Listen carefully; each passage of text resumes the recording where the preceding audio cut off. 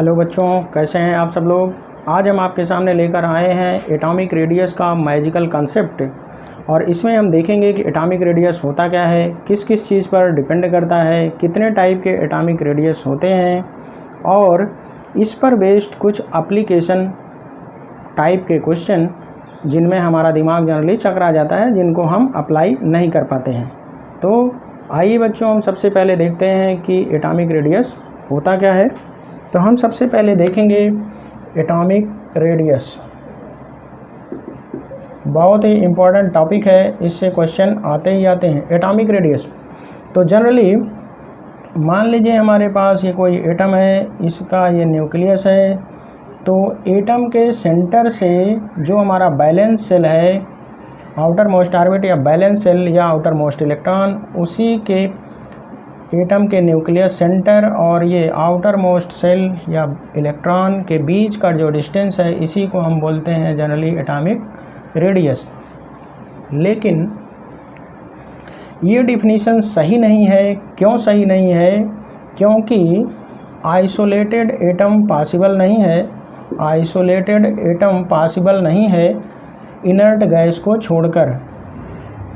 Inert gases के atom को छोड़कर, जैसे helium, neon, argon, krypton, xenon, radon, इनको छोड़कर आइसोलेटेड एटम पॉसिबल नहीं है, क्योंकि एटम हमेशा कंबाइंड स्टेट में पाए जाते हैं। दूसरी चीज़, quantum mechanical model of atom से प्रूव हुआ है कि इलेक्ट्रॉन की कोई फिक्स बाउंड्री नहीं होती, इसका नेचर होता है वेव। तो वेव नेचर होगा तो ये ऐसे रहेगा। तो यहाँ पर हम नापेंगे तो डिस्टेंस ज़्यादा आएगा, यहाँ पर नापेंगे तो ये डिस्टेंस कम आएगा। इसलिए एटॉमिक रेडियस की ये डिस्टेंस की एटम के सेंटर से बैलेंस सेल की दूरी या आउटर मोस्ट इलेक्ट्रॉन की दूरी एटॉमिक रेडियस है, ये सही नहीं है। तो हम एटॉमिक रेडियस को निकालते कैसे हैं? जैसे हमारे पास कोई होमो एटॉमिक मॉलिक्यूल है, मान लीजिए हमारे पास है होमो एटॉमिक मॉलिक्यूल H2। तो इसके सेंटर और इसके सेंटर के बीच की जो डिस्टेंस है D, इसका आधा हाफ, इसको हम बोलते हैं एटॉमिक रेडियस। ये मतलब कोई भी होमो एटॉमिक मॉलिक्यूल है, उन दोनों एटम के सेंटर के बीच की जितनी दूरी है उसका हाफ कर देंगे तो हमें मिल जाएगा एटॉमिक रेडियस। अब इसी दोनों एटम के सेंटर के बीच का जो डिस्टेंस है, इसी को हम बॉन्ड लेंथ भी कहते हैं। बॉन्ड लेंथ भी कहते हैं। तो अलग अलग मॉलिक्यूल के अंदर अलग अलग टाइप के बॉन्ड बनते हैं। तो बॉन्ड के टाइप के आधार पर एटॉमिक रेडियस को भी कई कैटेगरी में बांटा गया है। तो on the basis of type of bonds, atomic radius is of following types. Number 1, covalent radius.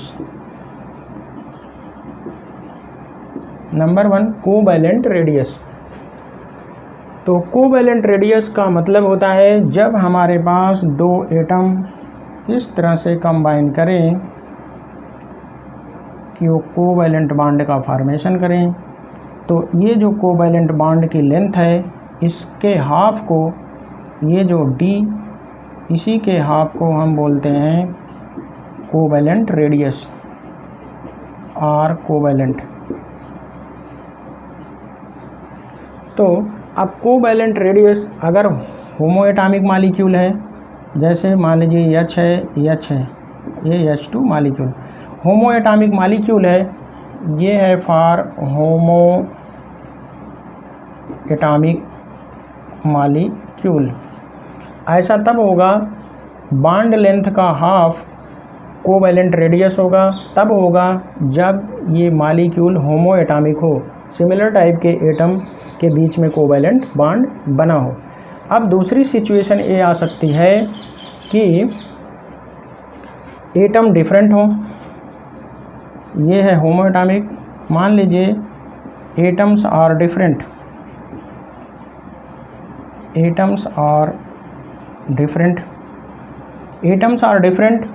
लेकिन इनकी इलेक्ट्रोनेगेटिविटी सेम हो, इलेक्ट्रोनेगेटिविटी सेम हो, जैसे हमारा मीथेन का मॉलिक्यूल। तो मीथेन में हाइड्रोजन और कार्बन की इलेक्ट्रोनेगेटिविटी लगभग बराबर होती है। तो atoms are different, atom different तो हों लेकिन इनकी इलेक्ट्रोनेगेटिविटी सेम हो, तो हम कैसे निकालते हैं? जैसे मान लीजिए हमारे पास ये एटम है, ये हो गया हमारे पास ए, ये हो गया बी, इनके सेंटर के बीच की दूरी ये हमारा हो गया आर ए, ये हमारा हो गया आर बी। तो डिस्टेंस हमारा पूरा हो गया क्या? R A plus R B. अब अगर हमें बॉन्ड लेंथ मालूम है, किसी एक का रेडियस मालूम है, तो दूसरे का हम कोवैलेंट रेडियस निकाल सकते हैं। This is situation for molecules when atoms are different but electronegativity is same. तीसरी कंडीशन आती है when atoms are different and electronegativity is different. Atoms are different and electronegativity is also different. तो हम क्या करेंगे? तो इस तरह से होता है, यहाँ से यहाँ की दूरी हो गई हमारी बॉन्ड लेंथ। अब यहाँ मान लीजिए ये हो गया आर ए, ये हो गया आर बी, ए बी। तो डिस्टेंस इक्वल टू होता है ये bond length equal to R A plus R B minus 0.9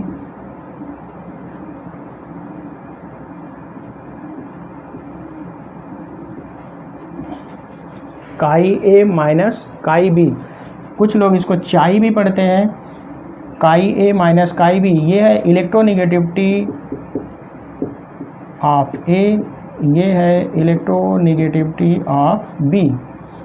तो अगर एटम भी डिफरेंट हो, इलेक्ट्रोनेगेटिविटी भी डिफरेंट हो, तो ये बॉन्ड लेंथ इक्वल टू होता है R A plus R B minus 0.9 into chi A minus काई बी।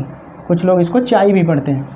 तो chi A is the electronegativity of A, chi B is the electronegativity of B. अब हम इसके क्वेश्चंस कैसे सॉल्व करेंगे? मान लीजिए हमें ये बॉन्ड लेंथ दिया है और एक का एटॉमिक रेडियस दिया है और इलेक्ट्रोनेगेटिविटी दिया है दोनों की, तो हम इसका दूसरे का कोवैलेंट रेडियस निकाल सकते हैं।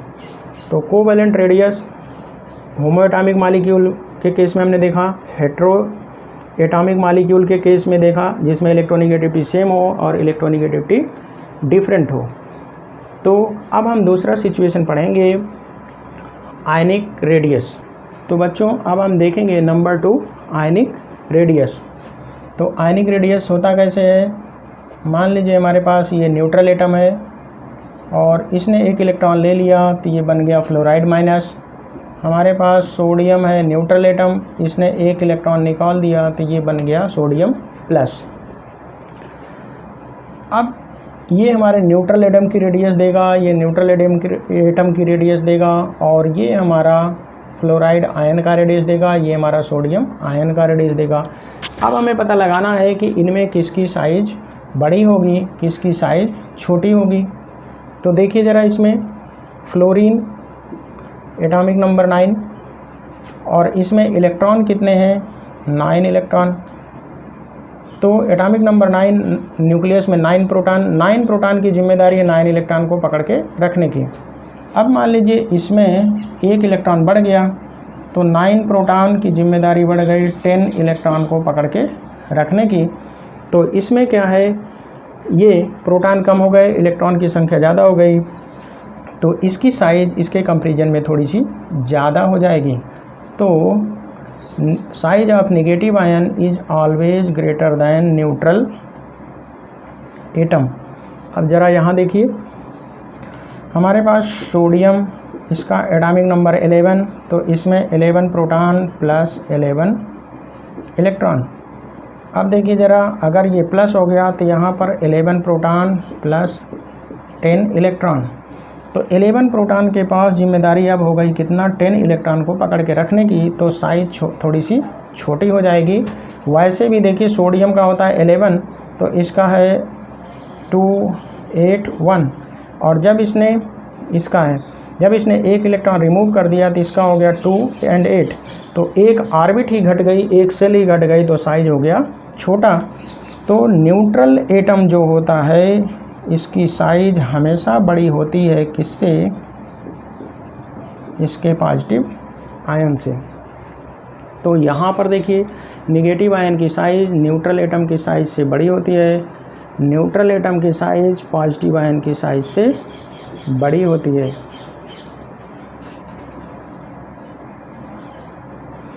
अब इसमें जैसे सबसे ज़्यादा क्वेश्चन इसमें पूछे जाते हैं iso electronic species. Iso electronic, iso means होता है similar, electronic means electron, species means species. तो ऐसी स्पेसीज जिनमें नंबर ऑफ इलेक्ट्रॉन सेम हो, तो species having same number of electrons are known as isoelectronic species. जैसे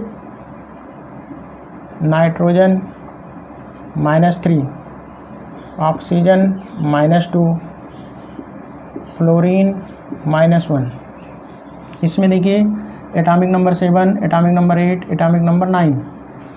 इसने 3 electron ले लिया तो टोटल इसमें बने कितने? 10 electron. Atomic number 8 electron, 2 electron इसने रिसीव किया तो इसमें हो गए 10 electron. Atomic number 9 electron, 1 electron लिया तो इसमें भी हो गए 10 इलेक्ट्रॉन। तो सभी में देखिए 10 इलेक्ट्रॉन, 10 इलेक्ट्रॉन, 10 इलेक्ट्रॉन। तो दीज और आइसो इलेक्ट्रॉनिक स्पेसीज। अब आइसो इलेक्ट्रॉनिक स्पेसीज से क्वेश्चन पूछे जाते हैं कि इन तीनों में किसकी साइज बड़ी होगी, किसकी छोटी होगी, इंक्रीजिंग ऑर्डर में अरेंज करिए या डिक्रीजिंग ऑर्डर में अरेंज करिए। तो आइसो इलेक्ट्रॉनिक के केस में हमें ये देखना है कि किसका एटॉमिक नंबर ज़्यादा है, या किसके पास नंबर ऑफ प्रोटॉन ज़्यादा है, या किसके पास न्यूक्लियस में इफेक्टिव चार्ज ज़्यादा है। तो जिसका एटॉमिक नंबर ज़्यादा मतलब उसमें प्रोटॉन की संख्या ज़्यादा, मतलब उसके न्यूक्लियस में पॉजिटिव चार्ज ज़्यादा, तो वो इलेक्ट्रॉन को पकड़ के रखने की टेंडेंसी ज़्यादा रखेगा, इलेक्ट्रोस्टैटिक फोर्स ऑफ अट्रैक्शन ज़्यादा बनाएगा, तो साइज छोटी हो जाएगी। जैसे देखिए 10 इलेक्ट्रॉन, तो इसका इलेक्ट्रॉनिक कॉन्फ़िगरेशन हम करेंगे 2-8, इसका भी करेंगे 2-8, इसका भी करेंगे 2-8। तो नंबर ऑफ ऑर्बिट सब में कितनी है? नंबर ऑफ ऑर्बिट या सेल 2, यहाँ भी 2, यहाँ भी 2। अब न्यूक्लियस के बाहर एक ऑर्बिट, 2 ही ऑर्बिट है। अब इसमें कितने हैं? 7 प्रोटॉन हैं। दूसरे में कितने हैं? दूसरे में 8 प्रोटॉन हैं। तीसरे में कितने हैं? 9 प्रोटॉन हैं। तो यहाँ 7 प्रोटॉन के पास 10 इलेक्ट्रॉन को पकड़ के रखने की जिम्मेदारी है, यहाँ 8 प्रोटॉन के पास 10 इलेक्ट्रॉन को पकड़ के रखने की जिम्मेदारी है, यहाँ 9 प्रोटॉन के पास 10 इलेक्ट्रॉन को पकड़ के रखने की जिम्मेदारी है। तो इफेक्टिव न्यूक्लियर चार्ज जिसका ज़्यादा होगा उसकी साइज छोटी होगी। तो हमें अगर इंक्रीजिंग ऑर्डर में कहेगा तो हमारा इंक्रीजिंग ऑर्डर हो जाएगा ये, और अगर डिक्रीजिंग ऑर्डर में कहता है तो हमारा ये हमारा है डिक्रीजिंग ऑर्डर, और अगर इंक्रीजिंग ऑर्डर में कहेगा तो ये हो जाएगा हमारा ये। क्यों?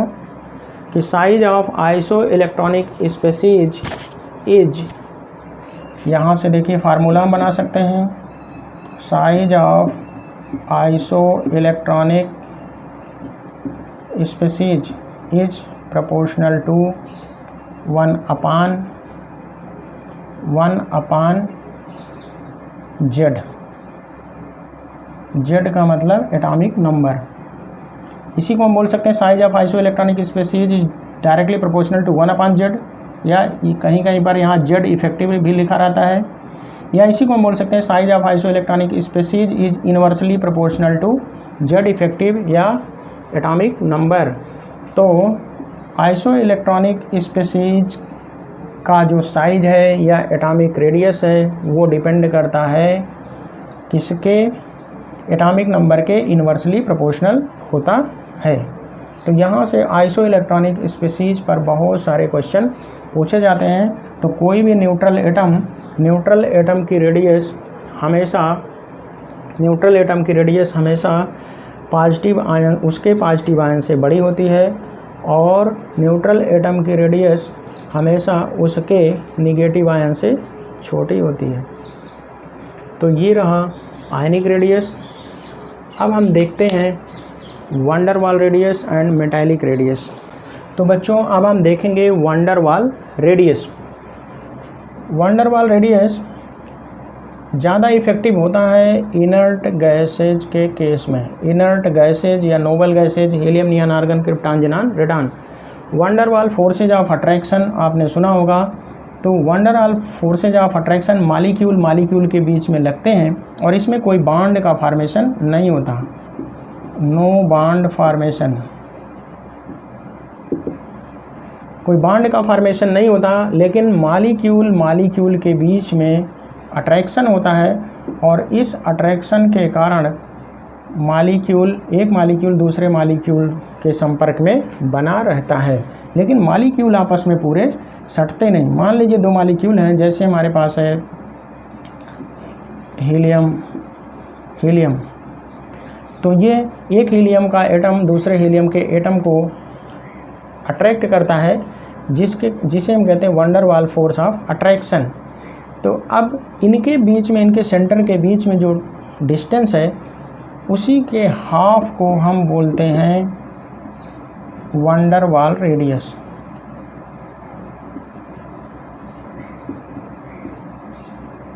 Wonder Waals radius. अब जैसे मान लीजिए एक मालिक्यूल ये है, दूसरा मालिक्यूल ये है, ए बी ए। अब हमें बी के बीच में निकालना है, तो यहाँ से यहाँ का जो डिस्टेंस है डी, इस डी का आधा कर देंगे तो ये हमारा हो जाएगा आर बी वंडर वाल। और मान लीजिए ए के बीच में निकालना है,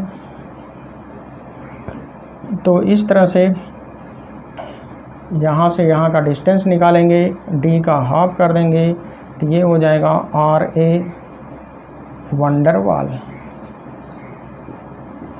वाल्स रेडियस। तो वंडर वाल्स रेडियस का मतलब होता है कि जब एटम या मालिक्यूल आपस में वंडर वाल फोर्स ऑफ अट्रैक्शन के कारण एक दूसरे के संपर्क में बने रहते हैं, आपस में जुड़े रहते हैं, कम्प्लीटली टच नहीं होते, कुछ दूरी पर अट्रैक्शन फोर्स के कारण बंधे रहते हैं, तो उनके बीच का जो डिस्टेंस है उसी का हाफ हम बोलते हैं वंडर वाल रेडियस। और ये स्पेशली इनर्ट गैसेज में ही ज़्यादा अप्लाई होता है।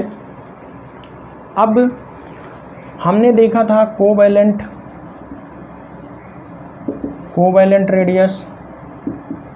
कोवैलेंट में हमने देखा था यहाँ पर एटम की ओवरलैपिंग होती है, और वंडर वाल में हमने देखा कि यहाँ पर एटम दूर होते हैं, तो ये डिस्टेंस ज़्यादा है, ये डिस्टेंस कम है।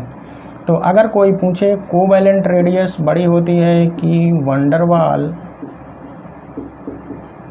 तो यहाँ से हमें साफ नज़र आ रहा है, क्योंकि इसमें ओवरलैपिंग होती है तो एटम सट जाते हैं। यहाँ पर ओवरलैपिंग या टच होने वाली बात होती नहीं, तो वंडर वाल रेडियस जो है वो हमेशा बड़ी होती है किससे? कोवैलेंट रेडियस से। तो wonder Waals radius is always greater than covalent radius. तो बच्चों अब हम देखेंगे नंबर 4 मेटालिक रेडियस। हमने देखा होगा कि मेटल के केस में ऐसे बहुत सारे मेटल के एटम आपस में ऐसे सटे रहते हैं, डिफरेंट टाइप का क्रिस्टल लैटिस का फॉर्मेशन करते हैं। क्रिस्टल लैटिस के अंदर आपने पढ़ा होगा HCP, FCC, face centre cubic lattice, hexagonal cubic close packing, CCP. तो उसमें ये मान लीजिए हमारा आयरन है,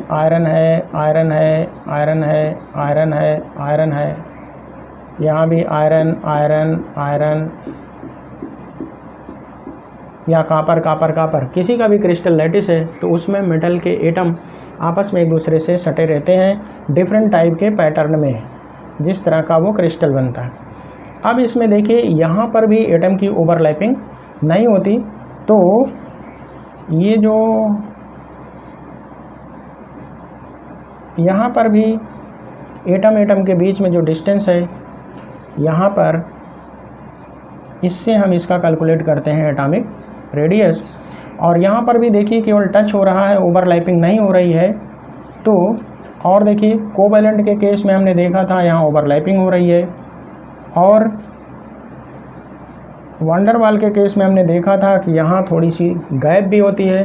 तो ये हो गया हमारा कोवैलेंट रेडियस, ये सबसे छोटा होता है। मेटालिक रेडियस उससे बड़ा होगा, और वंडर वाल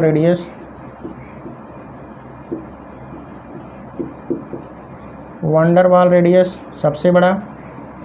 ये हमारा है मेटालिक रेडियस, और ये हमारा है कोवैलेंट रेडियस। क्यों? क्योंकि वंडर वाल में एटम टच ही नहीं करता, तो गैप ज़्यादा होता है, तो रेडियस भी ज़्यादा होता है। मेटल के केस में मेटल डिफरेंट टाइप के क्रिस्टल पैकिंग सिस्टम में अरेंज रहते हैं, और एक दूसरे से ओवरलैपिंग नहीं करते, केवल टच रहते हैं। तो इसलिए इनके बीच का गैप कोवैलेंट के कंपैरिजन में थोड़ा ज़्यादा होता है, क्योंकि कोवैलेंट के केस में ओवरलैपिंग होती है। तो अगर कोई पूछे कि तीनों रेडियस में को बढ़ते हुए ऑर्डर में या घटते हुए ऑर्डर में अरेंज करिए, तो हम इस तरह से इसको अरेंज कर सकते हैं। तो अगर इसी तरह से हमसे कोई आयनिक रेडियस में पूछे कि निगेटिव आयन का, जैसे कोई आयनिक रेडियस पूछे, तो निगेटिव आयन मतलब एनायनिक रेडियस की सबसे बड़ी होगी, उसके बाद न्यूट्रल एटम, इसके बाद होगा कैटायन। क्योंकि हमने आपको बताया था न्यूट्रल एटम की साइज़ जो है कैटायन से बड़ी होती है, और न्यूट्रल से भी बड़ा होता है क्या, एनायन। तो ये है एटॉमिक रेडियस, ये आयनिक रेडियस का आर्डर, और ये वंडर वाल, मेटालिक और कोवैलेंट का आर्डर। अब हमने पढ़ लिया 4 तरह की radius: covalent radius, ionic radius, van der Waals radius and metallic radius. अब हम देखेंगे इनका ट्रेंड इन पीरियोडिक टेबल। किस तरह से atomic radius trend in periodic table, atomic radius का जो ट्रेंड है पीरियोडिक टेबल में किस तरह से होता है। तो सबसे पहले हम देखेंगे पीरियड में हम चलते हैं जनरली लेफ़्ट टू राइट।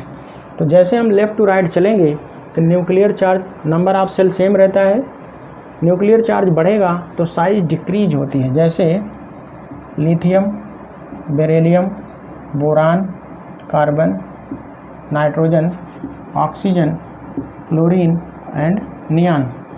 इसका 3, 4, 5, 6, 7, 8, 9 एंड 10।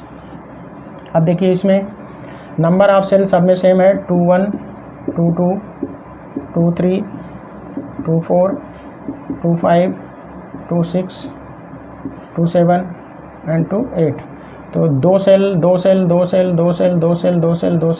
नंबर ऑफ ऑर्बिट या नंबर ऑफ सेल सेम है। अब लेकिन इफेक्टिव न्यूक्लियर चार्ज देखिए, नंबर ऑफ प्रोटॉन एक के ऑर्डर में बढ़ता जा रहा है। इफेक्टिव न्यूक्लियर चार्ज बढ़ रहा है, इफेक्टिव न्यूक्लियर चार्ज के बढ़ने से नंबर ऑफ ऑर्बिट सेम है, तो साइज डिक्रीज करेगी। तो साइज, तो पीरियड में लेफ़्ट टू राइट चलने पर साइज या एटॉमिक साइज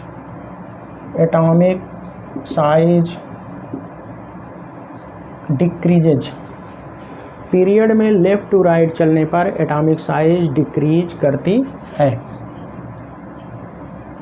अब ग्रुप में हम चलेंगे टॉप टू बॉटम, ऊपर से नीचे तक। जैसे lithium, sodium, potassium, rubidium, caesium and francium. तो जैसे जैसे हम ऊपर से नीचे जा रहे हैं नंबर ऑफ सेल बढ़ रही है, एटॉमिक नंबर बढ़ते जा रहे हैं, नंबर ऑफ सेल बढ़ती जा रही है। तो नंबर ऑफ सेल बढ़ने से साइज जो है, साइज इंक्रीज करेगी। क्यों इंक्रीज करेगी? Due to the increase in the number of shell या नंबर ऑफ ऑर्बिट। और इधर साइज डिक्रीज करेगी। क्यों करेगी? क्योंकि नंबर ऑफ सेल सेम है लेकिन इफेक्टिव न्यूक्लियर चार्ज धीरे धीरे बढ़ता जा रहा है। तो ये हो गया जनरल ट्रेंड, और जनरल ट्रेंड से क्वेश्चन पूछे नहीं जाते हैं। तो अब हमें देखना है एक्सेप्शंस।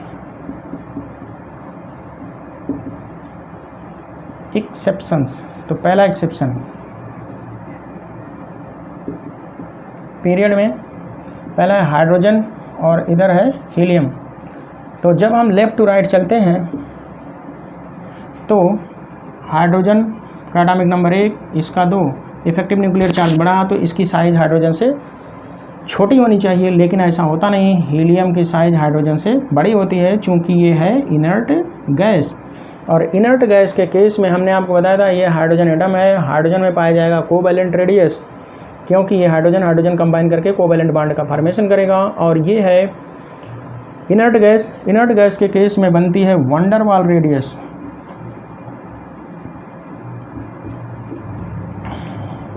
तो हमने बताया था कि वंडर वाल रेडियस हमेशा कोवैलेंट रेडियस से क्या होता है? बड़ा होता है। तो इसलिए किसी भी पीरियड में हम लेफ़्ट टू राइट चलेंगे तो helium, neon, argon, krypton, xenon, radon अपने पर्टिकुलर पीरियड में इनर्ट गैस या नोबल गैस का जो एटॉमिक रेडियस होता है वो सभी एलिमेंट से ज़्यादा होता है। तो अगर हमें इसको कहा जाए कि इंक्रीजिंग ऑर्डर में, एटॉमिक रेडियस के इंक्रीजिंग ऑर्डर में इसको अरेंज करिए तो हमको ऐसा करना पड़ेगा। नियॉन यहाँ आ जाएगा, ये और ये नियॉन यहाँ से हट के यहाँ आ जाएगा, इस तरह से। तो किसी भी पीरियड में जो इनर्ट गैस का एटम होता है उसकी साइज सबसे बड़ी होती है। क्यों? Due to the presence of van der Waals radius. और सबसे ज़्यादा एक्सेप्शन पाया जाता है बच्चों डी ब्लॉक के एलिमेंट में। डी ब्लॉक में हमारा 3D सीरीज का एलिमेंट है scandium, titanium, vanadium, chromium, manganese, iron, cobalt, nickel, copper and zinc. Scandium, titanium, vanadium, chromium, manganese, iron, cobalt, nickel, copper and zinc. और इसमें देखिए, इसमें डी में 1 इलेक्ट्रॉन होता है, डी में 2 इलेक्ट्रॉन होता है, डी में 3, डी में 5, डी में 4 नहीं होता। स्टेबिलिटी मेंटेन करने के लिए D5 हो जाता है। मैग्नीज में भी D5 होता है, यहाँ D6, यहाँ D7, यहाँ D8, यहाँ D9, यहाँ भी D10 होता है स्टेबिलिटी मेंटेन करने के लिए। तो यहाँ देखिए, जब हम यहाँ से यहाँ तक चलते हैं तो देखिए 1, 2, 3, 4, 5, तो इलेक्ट्रॉनिक रिपल्सन उतना ज़्यादा नहीं है। डी में केवल 1 ही इलेक्ट्रॉन है, यहाँ डी में 2 हो जाएगा, यहाँ 3, यहाँ 4, यहाँ 3, यहाँ 5, यहाँ 5, 4 नहीं होता। तो अब यहाँ पर एक सिंगल इलेक्ट्रॉन है तो इलेक्ट्रॉनिक रिपल्सन उतना ज़्यादा नहीं होता। तो जो हमारा जेड इफेक्टिव है या इफेक्टिव न्यूक्लियर चार्ज जो है ये ज़्यादा होता है इलेक्ट्रॉनिक रिपल्सन से। इलेक्ट्रॉनिक रिपल्सन या इसी को हम बोलते हैं स्क्रीनिंग इफ़ेक्ट। स्क्रीनिंग इफ़ेक्ट क्या होता है? ये मान लीजिए हमारा न्यूक्लियस है, इसके अंदर सेल है, इसके अंदर सेल है, ये इधर कोई इलेक्ट्रॉन है, यहाँ पर भी इलेक्ट्रॉन है। तो ये जो इलेक्ट्रॉन है ये सेल इसको स्क्रीन करती है, इसको पर्दे का काम करती है, इस न्यूक्लियस का इफ़ेक्ट इस पर कम कर देती है। इसी को बोलते हैं हम स्क्रीनिंग इफ़ेक्ट या शील्डिंग इफ़ेक्ट। मतलब शील्ड का काम करती है, इसको घेर लेती है, तो इसका फोर्स जो है इस आउटर मोस्ट ऑर्बिट के इलेक्ट्रॉन पर कम लगने देती है, तो इसी को स्क्रीनिंग इफ़ेक्ट कहते हैं। तो यहाँ से यहाँ तक जो जेड इफेक्टिव न्यूक्लियर चार्ज जो है वो स्क्रीनिंग इफ़ेक्ट या इलेक्ट्रॉनिक रिपल्सन से ज़्यादा होता है। तो इसलिए यहाँ से यहाँ तक जब हम चलते हैं तो साइज होती है डिक्रीज। और यहाँ से यहाँ तक जब हम जाते हैं तो जेड इफ़ेक्टिव जो है वो बराबर होता है स्क्रीनिंग इफ़ेक्ट के बराबर होता है। तो इसलिए यहाँ पर इन तीनों की साइज़ जो है ये बराबर होती है। एटॉमिक साइज़ यहाँ पर चेंज नहीं होती, एटॉमिक साइज़ यहाँ पर तीनों की बराबर होती है और यहाँ पर एटॉमिक साइज़ डिक्रीज होती है। अब देखिए कॉपर और जिंक में जब हम जाएंगे तो यहाँ पर जो जेड इफ़ेक्टिव है ये लेस हो जाता है स्क्रीनिंग इफ़ेक्ट से या इलेक्ट्रॉनिक रिपल्सन से, तो यहाँ पर साइज बढ़ती है। देखिए हमने पढ़ा था पीरियड में general trend left to right चलने पर साइज डिक्रीज होती है, लेकिन यहाँ पर देखिए स्कैंडियम से मैग्नीज तक तो साइज डिक्रीज हो रही है। आयरन, कोबाल्ट, निकल इन तीनों की साइज़ बराबर है और फिर कॉपर की साइज़ जिंक से छोटी है या जिंक की साइज़ यहाँ पर कॉपर से बड़ी है। तो ये है एक्सेप्शन। ऐसा इसलिए होता है यहाँ पर जेड इफ़ेक्टिव जो है स्क्रीनिंग इफ़ेक्ट से ज़्यादा है, इसलिए यहाँ साइज डिक्रीज हो रही है। यहाँ Z effective nuclear charge screening effect के बराबर है, तो इसलिए साइज बराबर है। और यहाँ पर इफ़ेक्टिव न्यूक्लियर चार्ज जो है स्क्रीनिंग इफ़ेक्ट से कम हो जाता है, इसलिए यहाँ साइज इंक्रीज कर जाती है। तो बच्चों अब हम देखेंगे एक्सेप्शन नंबर 3। हमने देखा था स्कैंडियम के नीचे हमारा है वाइट्रियम, इसके नीचे है लैंथनम, इसके बाद हमारा है बेटा टाइटेनियम, जिरकोनियम एंड हाफनियम। यहाँ पर हमारा है वेनाडियम, नियोबियम एंड टैंटेलम। अब देखिए यहाँ पर क्या होता है, ये हमारे 3D हैं सीरीज के एलिमेंट हैं, ये 4D, ये हमारे हैं 5D सीरीज के एलिमेंट। यहाँ पर देखिए लैंथनम 57 से के बाद सीरियम 58 से ल्यूटिटियम 71 लैंथेनाइड सीरीज शुरू हो जाती है और वहाँ से फिर ये देखिए टाइटेनियम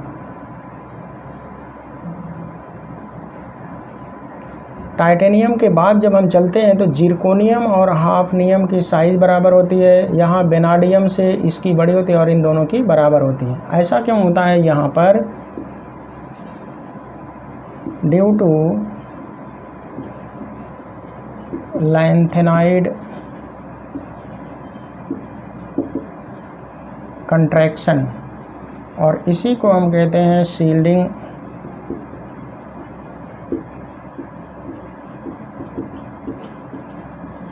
इफ़ेक्ट या स्क्रीनिंग इफ़ेक्ट।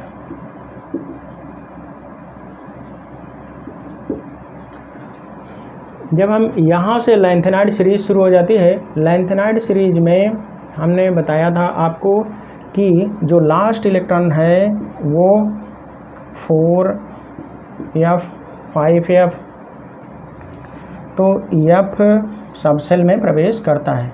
तो f सबसेल में जब प्रवेश करेगा तो जो स्क्रीनिंग इफ़ेक्ट, ये हमारा न्यूक्लियस है, यहाँ पर यस है, यहाँ पर पी है, यहाँ पर डी है, यहाँ मान लीजिए ये ऑर्बिट है। तो जो यस का शेप जो होता है वो गोलाकार होता है, तो न्यूक्लियस को चारों तरफ से घेरे रहता है, तो यहाँ स्पेस नहीं देता है। बाहर के इलेक्ट्रॉन के लिए ये स्क्रीनिंग ज़्यादा क्रिएट करता है।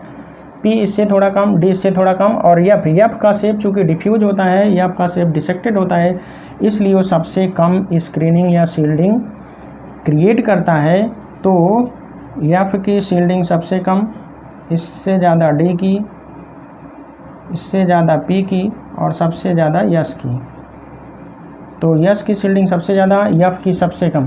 तो चूँकि एफ मतलब लैंथेनाइड में इलेक्ट्रॉन एफ सबसेल में प्रवेश करता है, तो एफ सबसेल में प्रवेश करने के कारण इसकी शील्डिंग सबसे कम होती है। आउटर मोस्ट ऑर्बिट को ये सबसे कम शील्ड कर पाता है, तो यहाँ न्यूक्लियस का अट्रैक्शन पुल इस पे ज़्यादा होता है, और ज़्यादा होने के चलते ये इलेक्ट्रॉन इधर खिंच जाता है, तो साइज छोटी हो जाती है, और उसी को हम कहते हैं लैंथेनाइड कंट्रैक्शन या शील्डिंग इफ़ेक्ट। और इसके चलते क्या होता है, टाइटेनियम की एटॉमिक साइज जिरकोनियम और हाफनियम इस तरह से होता है। हमने आपको बताया था ग्रुप में ऊपर से नीचे चलने पर साइज बढ़ती है, टाइटेनियम से तो इंक्रीज होती है लेकिन जिरकोनियम और हाफनियम की बराबर होती है। क्यों? लैंथेनाइड कंट्रैक्शन या शील्डिंग इफेक्ट के कारण। उसी तरह से वेनाडियम, नियोबियम और टैंटलम की बराबर होती है। तो ये है एक्सेप्शन, जबकि ग्रुप में ऊपर से नीचे चलने पर साइज बढ़नी चाहिए लेकिन यहाँ पर जिरकोनियम और हाफनियम की साइज बराबर होती है नियोबियम और टैंटलम की। क्यों? Due to the lanthanide contraction और शील्डिंग इफेक्ट और स्क्रीनिंग इफेक्ट। क्यों? एफ का स्क्रीनिंग सबसे कम होता है, इसलिए न्यूक्लियर चार्ज के द्वारा लगाया गया अट्रैक्शन पुल आउटर मोस्ट ऑर्बिट में बढ़ जाता है और साइज डिक्रीज हो जाती है।